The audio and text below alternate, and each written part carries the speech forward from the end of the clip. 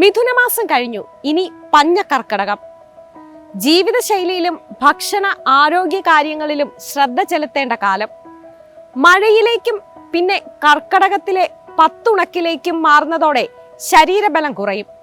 ഇതിലൂടെ കുറയുന്ന പ്രതിരോധശേഷിയെ വീണ്ടെടുക്കാൻ കർക്കടക ചികിത്സയിലൂടെ ആകുമെന്നാണ് വിശ്വാസം. കർക്കടകത്തിൽ വീട്ടിൽ തന്നെ ചെയ്യേണ്ട സുഖചികിത്സയാണ് എണ്ണ തേച്ചുകുളി. എണ്ണ തേച്ചുകുളിക്ക് എന്തെല്ലാം കാര്യങ്ങൾ ശ്രദ്ധിക്കണമെന്ന് നോക്കാം. എക്കാലത്തും ഏറെ പ്രാധാന്യമുള്ള ഒന്നാണ് എണ്ണ തേച്ചുകുളി. സൗന്ദര്യത്തിന് മാത്രമല്ല ആരോഗ്യത്തിനും ഏറെ നല്ലതാണ് ഇത്. രക്തയോട്ടത്തിലുണ്ടാകുന്ന കുറവ്, പേശികൾക്കും എല്ലുകൾക്കും സംഭവിക്കുന്ന ബലക്ഷയം, സ്ഥാനഭ്രംശങ്ങൾ, നാഡികൾക്കുണ്ടാകുന്ന തളർച്ച, ശരീരക്ഷീണം തുടങ്ങിയവ പരിഹരിക്കാൻ എണ്ണ തേച്ചുള്ള കുളി ഉത്തമം. ശരീരപ്രകൃതി മനസ്സിലാക്കി ഏതു തൈലം ഉപയോഗിക്കണമെന്ന് വിദഗ്ധാഭിപ്രായം തേടാം. ശരീരത്തിൽ എണ്ണ തേച്ചു പിടിപ്പിച്ച് അരമണിക്കൂറിന് ശേഷം ചെറു ചൂടുവെള്ളത്തിൽ കുളിക്കണം. രാത്രി തണുത്ത വെള്ളത്തിൽ കുളിക്കുന്നത് പൂർണ്ണമായും ഒഴിവാക്കണം. ദേഹത്തെ എണ്ണമെഴുക്കു നീക്കാൻ പയറുപൊടി ഉപയോഗിക്കാം. ശരീരത്തിന് ഒഴിച്ചുകൂടാനാകാത്തതാണല്ലോ വെള്ളം. കർക്കിടകത്തിൽ നാം കുടിക്കുന്ന വെള്ളത്തിലും മാറ്റങ്ങൾ വരുത്തണം. ചുക്ക്, മല്ലി എന്നിവ ഇട്ട് തിളപ്പിച്ചാറിയ വെള്ളം നല്ലതാണ്.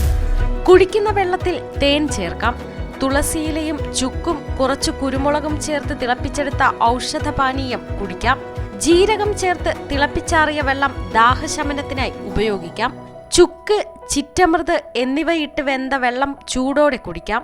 അയമോദകം ചെറിയ അളവിൽ ചേർത്തതും ചുക്ക് ചേർത്തതുമായ വെള്ളം ഉപയോഗിക്കാം. വിദഗ്ധരുടെ നിർദ്ദേശപ്രകാരം അരിഷ്ടങ്ങളും ലേഹ്യങ്ങളും കർക്കടക മാസത്തിൽ ഉപയോഗിക്കാം. രുചിയുള്ള ഭക്ഷണം ഒഴിവാക്കി പോഷകസമൃദ്ധമായ ഭക്ഷണം ഉൾപ്പെടുത്താൻ ശ്രദ്ധിക്കണം. പൊതുവെ ദഹനശക്തി കുറയുന്ന കാലമായതിനാൽ അത്തരത്തിലുള്ള ഭക്ഷണങ്ങൾ വേണം ഉൾപ്പെടുത്താൻ. ഔഷധകഞ്ഞിയാണ് അതിൽ പ്രധാനം. രുചി നോക്കാതെ ശുചിയുള്ളതും പോഷകസമൃദ്ധമായ ഭക്ഷണവും കർക്കിടകത്തിൽ ഉപയോഗിക്കാൻ ശ്രദ്ധിക്കണം. ചെറുപയർ പരിപ്പ്, കുരുമുളക് എന്നിവ ചേർത്ത ഭക്ഷണങ്ങളും നല്ലതാണ്.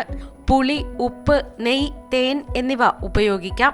ഗോതമ്പ്, ചെറുപയർ, നവര, ചെന്നെല്ല് തുടങ്ങിയവ കൊണ്ടുള്ള ഭക്ഷണവും കഴിക്കാം. ആഹാരത്തിൽ ഇലക്കറികൾ നിർബന്ധമായും ഉൾപ്പെടുത്തണം. അധികം കൊഴുപ്പും മസാലയും എണ്ണയും ചേർത്ത വിഭവങ്ങൾ, ജങ്ക് ഫുഡ് എന്നിവ ഒഴിവാക്കുന്നതാണ് നല്ലത്. സൂപ്പ് കുടിക്കാൻ പറ്റിയ കാലമാണ് കർക്കിടകം. മാംസവും പച്ചക്കറികളും ഉപയോഗിച്ച് സൂപ്പുണ്ടാക്കാം. കേരളത്തിലെ പരമ്പരാഗത ചികിത്സാ വിധി പ്രകാരം ആരോഗ്യ പരിപാലനത്തിനായി തയ്യാറാക്കുന്ന ഔഷധക്കൂട്ടാണ് ഔഷധക്കഞ്ഞി അഥവാ കർക്കടകക്കഞ്ഞി.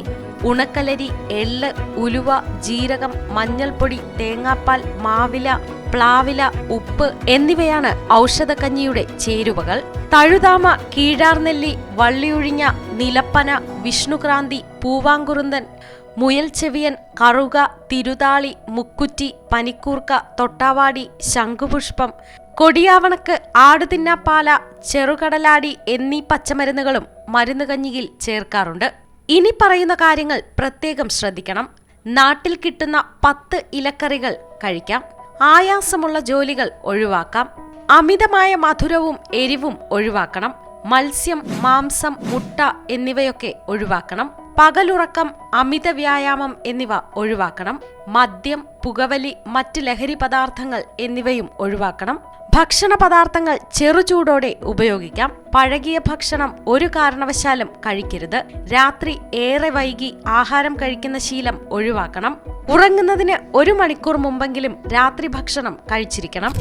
ശരീരത്തെ ഒരു വാഹനമായി കണക്കാക്കിയാൽ അതിനെ പണിക്ക് കയറ്റുന്ന കാലമാണ് കർക്കടകം.